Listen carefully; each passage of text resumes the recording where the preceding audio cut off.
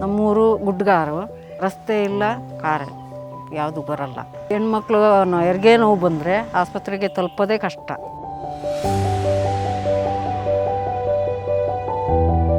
ಕಷ್ಟದಲ್ಲಿರ್ಬೇಕಾದ್ರೆ 2 ಜೀವ ಹೋಗೋದನ್ನ ಉಳ್ಸೋಣ ಅಂತೇಳಿ ನನ್ನ ದೇವ್ರದೈದನ್ನ ಯಾರ ಪರ್ಮಿಷನ್ನು ಯಾರ ಹತ್ರ ಕೇಳಿ ಮಾಡಿ ನನ್ನ ಈ ಕೆಲಸ ಈಗ ಮಾಡಿದ್ದಾರೆ, ಸುಲ್ಗೀತ ಆಗಿದ್ದಲ್ಲ.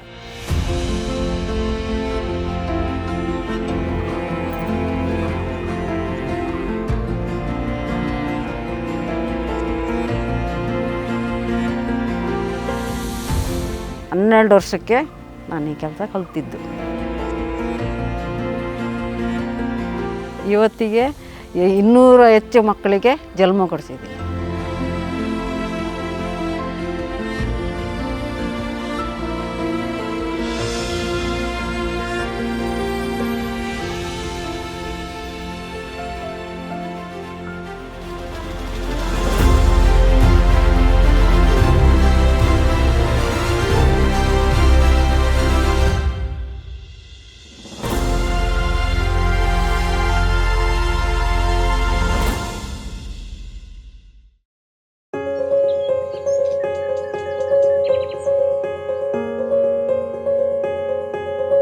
ನನ್ನ ಹೆಸರು ಕಮಲಮ್ಮ ಅಂತ. ನಾನು ಮಂಗಳೂರು, ನಮ್ಮದೂರು ಮುಲ್ಕಿ ಅಂತ.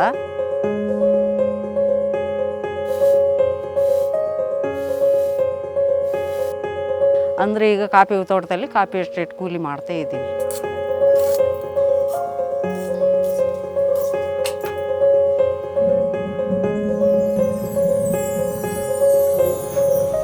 ನಾಲ್ಕು ಗಂಟೆಗೆ ಎದ್ದು ಪಾತ್ರೆ ಬಟ್ಟೆ ಇದ್ದರೆ ಬಟ್ಟೆ ತೊಳೆದು ಪಾತ್ರೆ ತೊಳೆದು ಅಡುಗೆ ಅನ್ನ ಸಾರು ಮಾಡಿ ಅಡುಗೆ ಎಲ್ಲ ಮಾಡಿಟ್ಟು ಒಳಗೆ ಹೊರಗೆ ಗುಡಿಸಿ 8 ಗಂಟೆಗೆ ಹೊರಡೋದು.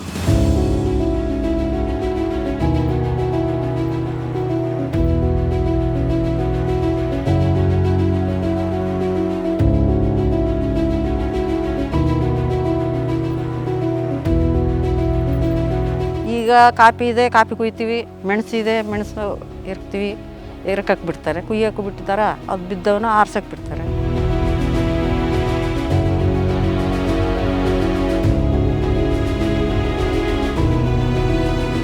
ನಾವೇ ಒಂದು 5-6 ಮಕ್ಳು ಇದ್ದೀವಿ ಎಸ್ಟೇಟಿಗೆ ಅಂತ. ಮತ್ತೆಲ್ಲ ಹೊರಗಡೆ ಬರ್ತಾರೆ. ಈಗ ಕಾಫಿ ಸೀಸನ್ ಮುಗಿದ ಮೇಲೆ ಹೋಗ್ತಾರೆ. ಮತ್ತು ನಾವೇ ಇಲ್ಲಿ ಕಷ್ಟ ಬರೋದು.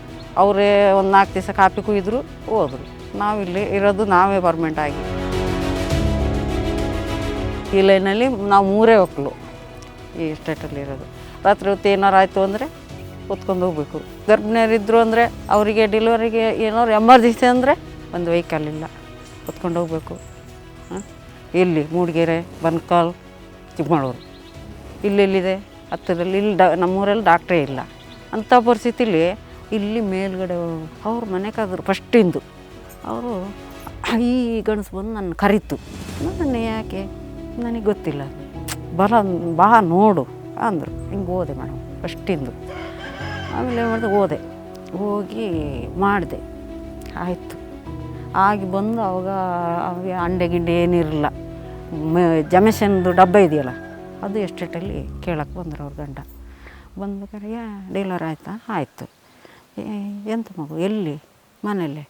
ಯಾರು? ಅದು ಈಗ ಹೊಸ ಬಂದಿದ್ದಾರೆ ನಾರಾಯಣ ಕಮಲ ಅಂತ. ಅವಳಿಗೆ ಗೊತ್ತಾ? ಬರಲ್ಲ ಮರ, ನಿನ್ನ ಆಸ್ಪತ್ರೆ ಖರ್ಚು ಉಳಿತಲ್ಲ ಅಂಥೇಳಿ ಮ್ಯಾನೇಜರ್ ಕಳಿಸಿರಂತೆ.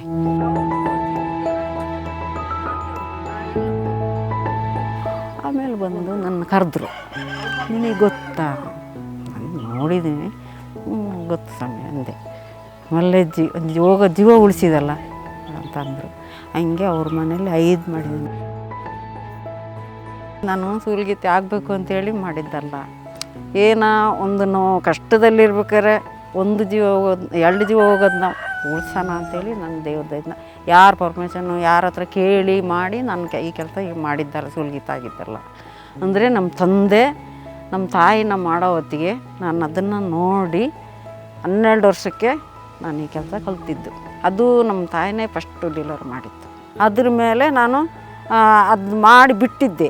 ಮತ್ತು ಆ ಕಡೆ ಈ ಕಡೆ ನೋಡಿದ್ರೆಲ್ಲ ಅಕ್ಕ ಒಂಚೂರು ಬೇನೆ ಬರ್ಕೊಂಡು ತೂಲೆ ಅನ್ನೋರು. ನಂಬೋದಿಲ್ಲ. ನೋಡಿ ಅಂತೀರು ನೋವು ಬರ್ತಾಯಿದೆ.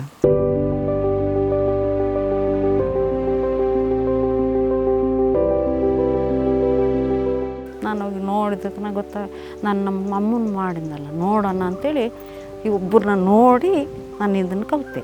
ನಮ್ಮ ದೇವ್ರನ್ನ ನೆನೆಸ್ಕೊಂಡು ಹೋಗಿ ಮಾಡ್ತಿದ್ದೆ.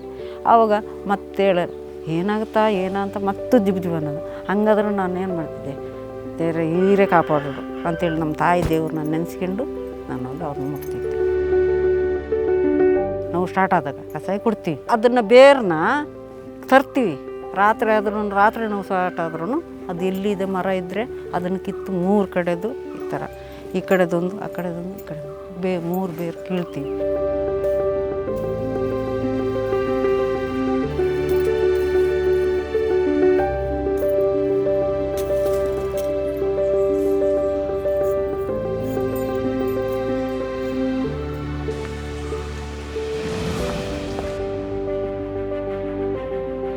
ಕಿತ್ತುಬಿಟ್ಟು ಅದನ್ನೊಂಚೂರು ತೊಳೆದು ಜಜ್ಜಿ ಬೇಯಕ್ಕೆ ಹಾಕ್ತೀವಿ. ಅದ್ರ ಜೊತೆ ಜೀರಿಗೆ ಹಾಕ್ತೀವಿ.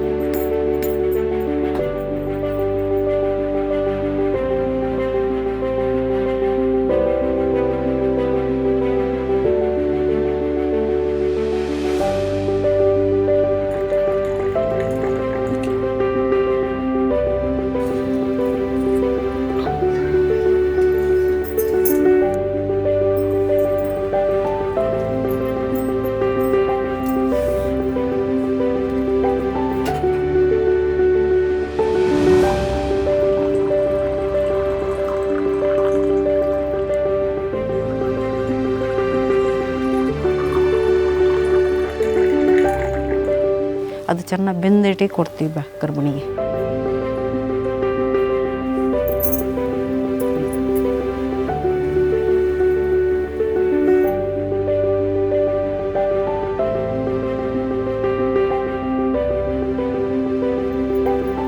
ಗರ್ಭಿಣಿ ಕೊಟ್ಟೊಟ್ಟಿಗೆ ನಾವು ಸ್ಟಾರ್ಟ್ ಆಗುತ್ತಾ ಅವಾಗ ನಾವು ನೋಡ್ತೀವಿ.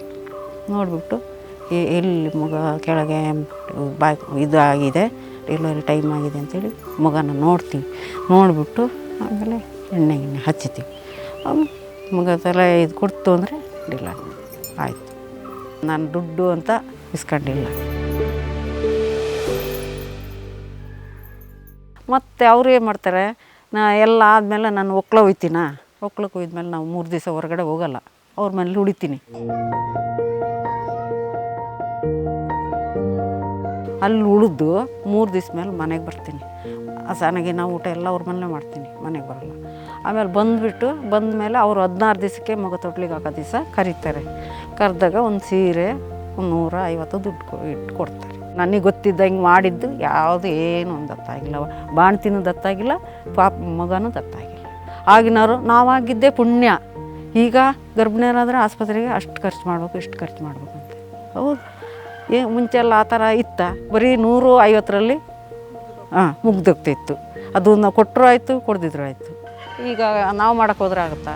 ನನ್ನ ಕೇಳಿದರು, ಸರಿ ಒಬ್ಬರು ಬಂದಿದ್ರ, ಅವ್ರು ಕೇಳಿದರು ಈಗಲೂ ಮಾಡ್ತೀರ ಅಂದ. ಮಾಡಲ್ಲ, ಈಗ ಮಾಡಲ್ಲ, ಆಸ್ಪತ್ರೆ ಮೆಡಿಸಿನ್ ಇದೆ, ನನಗೆ ಆಗಲ್ಲ ಈಗ ಅಂದೆ. ಹಂಗಾಗಿ ಬಿಟ್ಟೆ ಮೇಡಮ್. ನಾನು ಮುಂಚೆ ಆದರೆ ಮಾಡ್ತಿದ್ದೆ, ಈಗ ಹೋಗಲ್ಲ. 14 ವರ್ಷ ಆಸ್ಪತ್ರೆ ಕೆಲಸ ಮಾಡಿದೆ. ಸ್ವಲ್ಪ ದಿವಸ ಬೆಳಿಗ್ಗೆ 5 ಗಂಟೆಗೆ ಹೋಗಿ 6 ಗಂಟೆಗೆ ವಾಪಸ್ ಬರ್ತಿದ್ದೆ.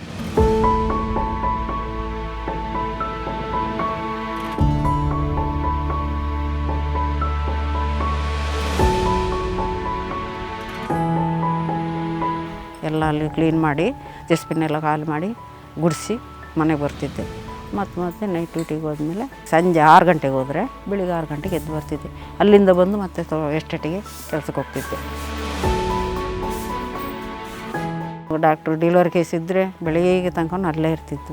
ಒಂದೊಂದು ಕೇಸು ಜಲ್ದಿ ಆವಾಗಲೇ ಆಗೋದು ಬಂದೇಟಿಗೆ. ಬೆಳಿಗ್ಗೆ ಕಾಳ್ದು ಸಂಜೆ ಆದರೂ ಇಲ್ಲ.